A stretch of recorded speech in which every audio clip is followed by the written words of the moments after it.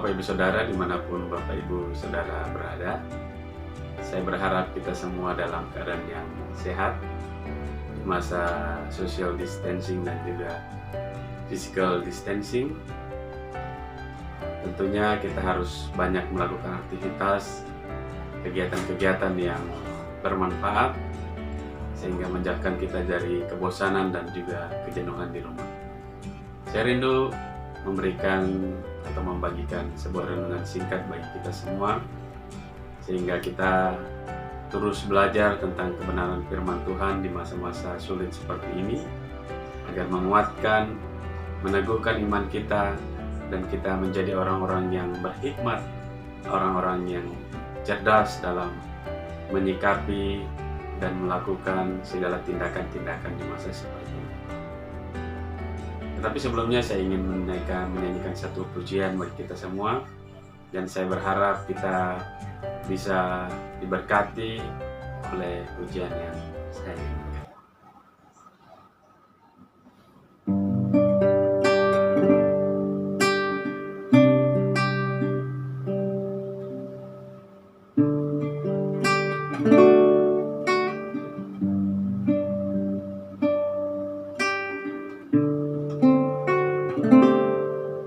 Sering ku tak mengerti jalan-jalan-Mu Tuhan, bagai di belantara yang gelap, tanpa seribu tanya, namun tetap percaya jejak-Mu Tuhan sungguh sempurna. Ajarku memahami semua yang Kau ingini, agar hidupku puaskan hati-Mu. Bagimu aku rela sepenuh hati menghamba, serahkan diri genapi karya-Mu.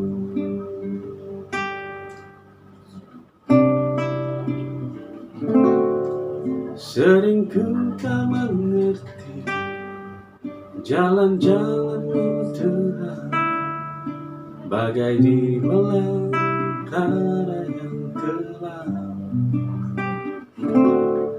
tanpa seribu tanya, namun tetap percaya jejak-Mu Tuhan sungguh sempurna.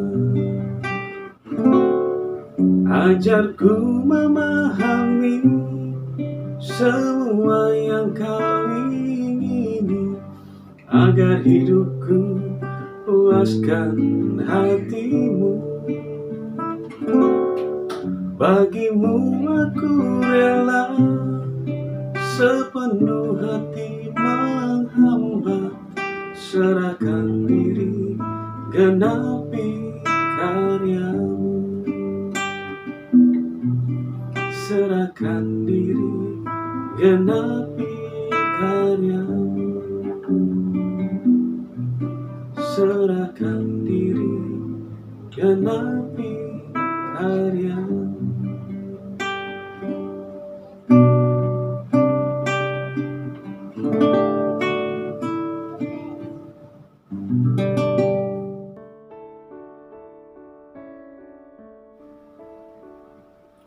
Semoga pujian tadi boleh menjadi berkat bagi Bapak Ibu Saudara di tengah-tengah situasi yang sedang kita lalui saat ini, di mana memang mungkin situasi ini kita belum pahami sebenarnya apa yang menjadi rencana Tuhan.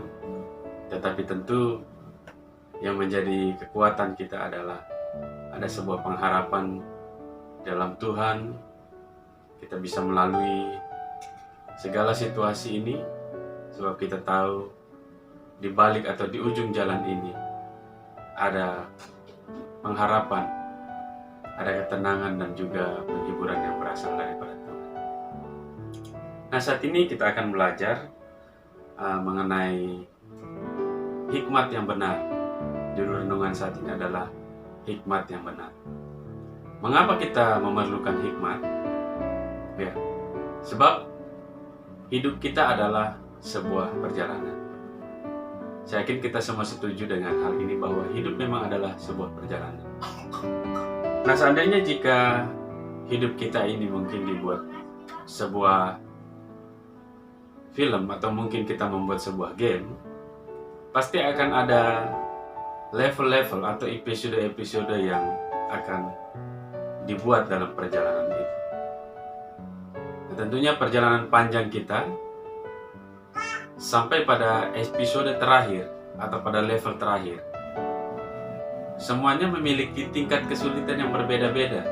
Ya, meskipun mungkin kejadiannya mirip atau serupa, tetapi saya yakin bahwa setiap kesulitan di level atau di episode hidup kita tetap memiliki kesulitannya tersendiri. Nah, di sini memerlukan sebuah strategi, sebab tidak mungkin kita akan naik ke level kehidupan kita yang lebih tinggi. Nah, katakanlah sebelum kita naik ke tangga ke-6, kita pasti tentu harus melewati tangga ke-5 dulu. Nah, di masa seperti ini juga menjadi salah satu episode atau level kehidupan yang harus kita lalui. Ya, salah satu hal yang juga menjadi tantangan adalah berbagai masalah timbul dari pandemi COVID-19 ini. Ya, bukan hanya persoalan kesehatan, tetapi persoalan ekonomi, ya, persoalan toleransi, dan juga persoalan sosial lainnya yang terjadi timbul karena wabah pandemi COVID-19 ini. Tentunya kita harus tahu cara yang tepat, cara yang paling benar dalam menyikapi masa-masa atau sikap sosial kita di tengah-tengah masyarakat atau mungkin di antara tetangga bertetangga. Kita akan membaca firman Tuhan dari Yakobus pasal yang ketiga, ayat yang ke-13 sampai yang ke-18. Saya akan membaca. Siapa di antara kamu yang bijak dan berbudi, baiklah ia dengan cara hidup yang baik, menyatakan perbuatannya oleh hikmat yang lahir dari kelemah lembutan.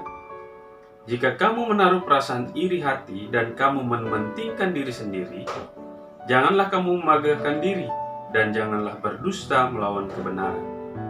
Itu bukanlah hikmat yang dari atas, tetapi dari dunia, dari nafsu manusia dan setan-setan.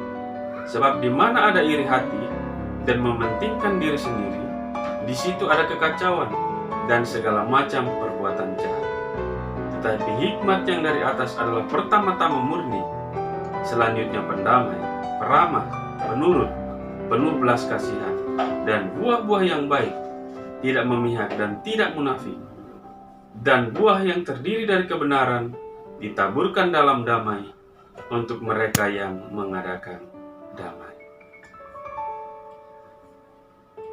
Nah, apa yang ditulis oleh Rasul Yakobus adalah sebuah pertanyaan, ya, yang disampaikan kepada seluruh pembaca atau audiensnya atau para pendengar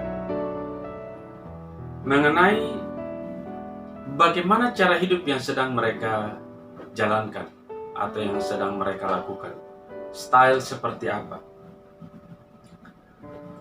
Tentu di sini hikmat dalam konteks ini menentukan sebuah perilaku, tindakan seseorang. Ya, dalam bahasa Inggris menggunakan kata behavior. Ya. Nah, apa yang kita jalani, tentu di sana ada sebuah pokok pikiran yang digunakan. Yakobus juga mengungkapkan ada dua macam hikmat. Yang pertama, hikmat dari atas. Yang kedua, hikmat dari dunia, dari bawah. Ya.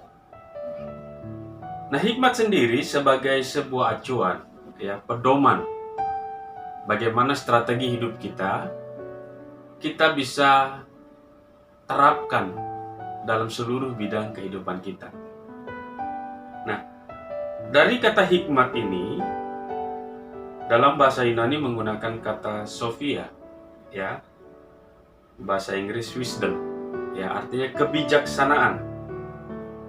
Ini dari kata sophos, ya, dari kata Yunani sophos yang berarti wise, ya, skill atau expert, ya. Nah, hikmat juga digunakan supaya kita jangan menjadi orang-orang yang ceroboh, ya. Orang-orang yang ceroboh sehingga kita tidak melakukan hal-hal atau tindakan-tindakan bodoh lainnya, ya. Seperti apa yang terjadi saat ini, karena banyak orang tidak lagi menggunakan hikmat dalam melewati masa-masa pandemi seperti ini, ya. Sehingga mereka salah mempersepsikan, salah juga melakukan tindakan-tindakan dalam sikap-sikap sosial mereka, ya. Sebab apa? Banyak orang mengalami ketakutan menghadapi situasi pandemi COVID-19 ini. Tetapi sebagai orang-orang percaya, tentunya kita tidak boleh panik, tetapi waspada, ya. Sebab kepanikan itu melahirkan sebuah ketakutan, ya. Orang yang panik itu biasanya takut, ya. Dan orang yang takut cenderung ceroboh, ya. Karena akal sehatnya tidak lagi jalan. Ketakutan menguasai dia sehingga dia cenderung ceroboh, tidak melakukan tindakan-tindakan yang tepat, ya. Tetapi orang yang waspada tentu menghasilkan sebuah ketenangan. Orang yang selalu tenang tentu bisa berpikir secara jernih, secara logis, ya.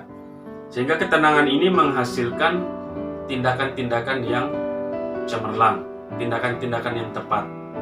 Nah, saya yakin bahwa orang yang menghasilkan tindakan-tindakan tepat adalah orang-orang yang memiliki hikmat, ya. Tidak mungkin tidak memiliki hikmat. Nah, seperti apa yang sudah saya sampaikan tadi, bahwa kata wisdom, orang yang bijaksana, ya, itu dari akar kata sophos, yaitu wise, ya, bisa diterjemahkan ahli, expert, atau juga orang yang memiliki keahlian, memiliki skill, kemampuan, keterampilan. Nah, biasanya orang-orang yang memiliki keterampilan tentu bukan orang yang mengerjakan hal-hal yang mudah, hal-hal yang sederhana. Tentu sebuah keahlian biasanya digunakan untuk hal-hal yang sulit, ya. Orang yang expert biasanya melakukan pekerjaan-pekerjaan yang tidak mudah dan tidak biasa. Nah, kita juga memerlukan wisdom, hikmat, ya. Kebijaksanaan ini lahir dari sebuah keahlian, ya, sebuah keterampilan. Kita harus terampil dalam menjalankan seluruh kehidupan kita, ya. Saya contohkan bahwa seorang hansip, ya, mereka biasanya di training paling 1 minggu, ya. Seorang yang ingin menjadi seorang hansip, ya, paling di training 1 minggu sudah bisa bertugas. Tetapi seorang yang ingin menjadi TNI atau Polri, anggota TNI dan Polri, biasanya minimal, ya, seorang prajurit itu dan seorang bintara biasanya di training atau menjalani diklat minimal 9 bulan, ya. Tetapi seorang yang ingin menjadi perwira, ya, calon-calon, ya, kasat, ya, calon kapolres, kapolsek, calon-calon jenderal, ya, mungkin menjadi orang-orang penting di Mabes, atau juga menjadi Kapolri, menjadi Panglima ABRI, menjadi Panglima TNI. Mereka harus dididik selama 4 tahun di dunia pendidikan militer, ya. Sebab orang-orang yang akan menjadi calon-calon jenderal tentunya orang-orang yang harus memiliki kemampuan yang tinggi, memiliki keahlian. Nah, seperti itu hikmat ini berlaku dalam hidup kita bagi orang-orang yang memiliki hikmat. Nah, dalam nats yang kita baca ada 2 macam hikmat. Yang pertama adalah hikmat dari bawah, ya. Ini sumbernya dari pikiran manusia dan juga dari roh-roh jahat. Sebenarnya kata setan itu sebenarnya bukan setan, karena setan itu selalu tunggal, atau iblis itu selalu tunggal. Tetapi kalau setan-setan ini sebenarnya roh-roh jahat, ya, karena jumlahnya banyak. Kemudian isinya adalah keegoisan, kebencian, ya, dan juga kepentingan diri sendiri, ya, dan juga perbantahan. Nah, hikmat yang kedua adalah hikmat yang berasal dari atas, ya, sumbernya dari Allah, ya, dan isinya adalah murni, damai, ramah, penurut, buah yang baik, tidak memihak dan tidak munafik. Nah, hal-hal inilah yang menjadi penggerak dalam hidup kita. Bagaimana hikmat kita perlukan. Ya. Tentu pandemi COVID-19 ini adalah sesuatu yang harus kita waspadai. Ya. Harus kita cegah sehingga kita juga tidak tertular. Ya. Tetapi sikap yang benar juga penting dalam kita menjalani situasi seperti ini. Ya. Sehingga tidak menjadi sesuatu yang justru malah merusak tatanan sosial. Seperti terjadi di daerah Sentani, di Kabupaten Jayapura, Provinsi Papua. Karena pandemi ini terjadi sebuah kepanikan, ya, sehingga orang tidak lagi memiliki toleransi secara sosial. Akhirnya apa? Menimbulkan sebuah polemik, ya, kerusuhan, konflik sosial, ya. Akhirnya terjadi konflik horizontal antara warga. Nah, tentu ini karena kita tidak memiliki hikmat dalam menyikapi situasi seperti ini. Atau mungkin orang yang karena panik melakukan gila belanja, sehingga karena kerumunan massa orang saling berdesakan, orang bisa mati terinjak-injak karena apa? Berebut makanan. Karena sebenarnya jika seorang terpapar virus COVID-19 ini, jika memiliki ketahanan tubuh, belum tentu dia akan meninggal. Tetapi bisa orang mati konyol, bukan karena COVID-19, tetapi karena kepanikan, ketakutan, dan melahirkan tindakan-tindakan yang jorok. Nah, tentunya juga banyak keputusasaan yang timbul dari social distancing dan juga physical distancing. Disinilah kita akan melihat bagaimana hikmat itu sangat penting dalam menyikapi persoalan-persoalan atau interaksi sosial kita. Sebagai orang percaya harus menunjukkan bahwa hikmat daripada Allah itu ada. Ya. Yang pertama adalah murni. Kenapa murni hikmat dari Allah? Sebab tidak terkontaminasi, tidak tercampur oleh elemen pemikiran manusia. Ya. Sehingga ini murni, memiliki unsur kebaikan, memiliki unsur yang baik dalam setiap kehidupan baik manusia dan juga hubungan-hubungan sosial. Yang berikutnya adalah damai. Damai ini bukan dimaksudkan karena tidak ada satu problem, tetapi damai di sini adalah ketika menghadapi sebuah situasi, permasalahan, kita dapat mengakhirinya dengan baik, dengan damai, peaceable. Ya. Yang berikutnya adalah ramah. Ya. Karena pandemi ini jujur saja banyak orang menjadi tidak ramah. Ya. Itu yang saya katakan tadi. Kecemasan, kepanikan juga. Ya. Salah satunya nanti timbul adalah ketidakramahan, ya, ketakutan yang berlebihan, fobia, ya, sehingga kecurigaannya menjadi sesuatu yang tidak baik, ya, menjadi orang yang tidak ramah. Nah, kemudian hikmat adalah salah satu cirinya adalah penurut. Artinya kita mudah dikendalikan oleh Roh Kudus. Sehingga ketika Roh Kudus mengendalikan kita, tentu kita menghasilkan juga tindakan-tindakan yang baik, tindakan-tindakan yang mulia. Meskipun juga mungkin kita mengalami satu permasalahan, ya, kita terdesak juga, ya, atau mungkin keterlambatan gaji atau hal-hal lain yang bersifatnya pemenuhan kebutuhan di dalam keluarga kita. Tentunya kita tetap menjadi orang-orang yang baik, menjadi orang-orang yang bisa menjadi berkat. Kemudian buah yang baik, ya, tentu dari setiap tindakan-tindakan kita. Tidak memihak, Yang saya maksud tidak memihak adalah ketika mungkin ada sesuatu yang terjadi, ya, kita katakanlah ada keluarga kita yang mungkin terpapar oleh COVID-19. Mungkin kita tetap menyikapinya dengan sikap yang baik karena itu keluarga kita. Tetapi jika orang lain, apakah kita masih tetap dengan cara yang baik? Ya, penerimaan kita masih sama atau sudah berbeda? Ya, sehingga juga kita tidak menjadi orang yang munafik. Ya, sebenarnya kita tidak suka, tetapi karena terpaksa, akhirnya kita bersikap seolah-olah kita ramah, kita baik terhadap seolah-olah. Nah, disinilah hikmat ini bisa menjadi acuan, menjadi motor penggerak dalam kehidupan kita di masa-masa sekarang ini. Sebenarnya bukan di masa sekarang ini, tetapi di masa sulit, dalam episode, dalam seluruh level kehidupan kita, kita tetap menjadikan hikmat panduan dalam kita melangkah dalam kehidupan. Bapak Ibu Saudara yang dikasihi Tuhan, tentu kita belum tahu kapan hari-hari seperti ini akan berakhir.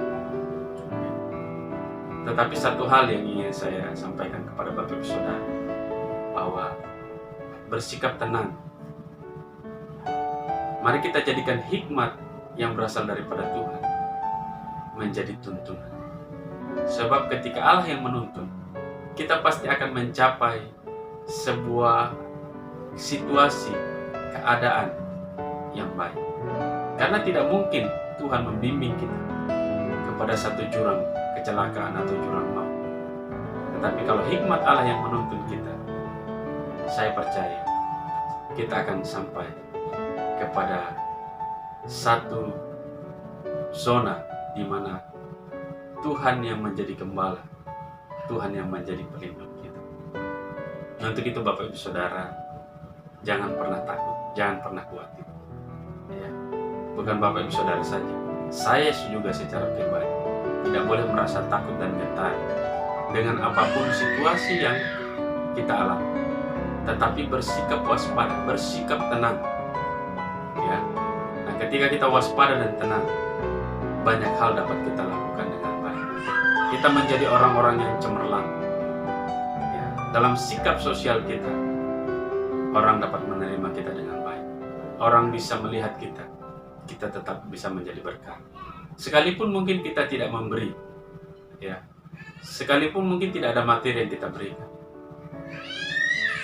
Kata-kata kita, ya, kita bisa melihat banyak lagu-lagu yang viral, ya. Lagu-lagu itu bisa menenangkan orang lain. Mungkin kita tidak berinteraksi, tetapi saya percaya bahwa setiap kita memiliki hal-hal yang baik yang dapat dibagikan. Entah itu nasihat, motivasi, atau mungkin membagikan kebenaran firman Allah yang menjadi kekuatan bagi orang. Itu saja yang dapat saya sampaikan kepada Bapak Ibu Saudara dimanapun Bapak Ibu Saudara berada. Mari menjadi orang-orang yang cerdas dalam Tuhan, menjadi orang-orang yang teguh, kuat, penuh dengan hikmat Allah, sehingga apa yang kita lakukan mendatangkan kebaikan bagi semua orang. Sekian pemberitaan firman Tuhan yang saya boleh sampaikan. Tetap sehat, jaga iman, jaga imun, ya. Tuhan Yesus memberkati kita. Shalom.